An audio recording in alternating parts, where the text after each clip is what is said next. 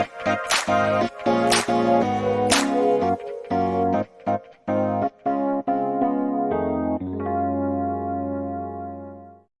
everyone, it's me Mariel Aninang, and today's papakita ko sa inyo kung ano yung daily makeup ko kapag pumapasok ako sa school. Hindi ako masyadong yung bonggang, anong tawag doon?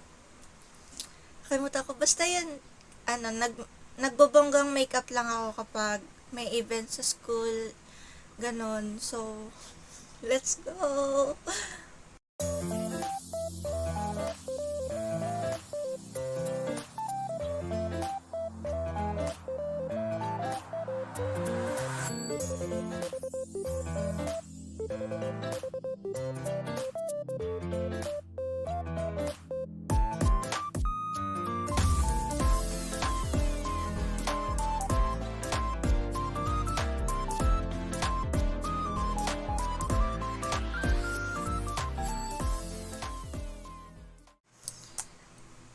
Sorry.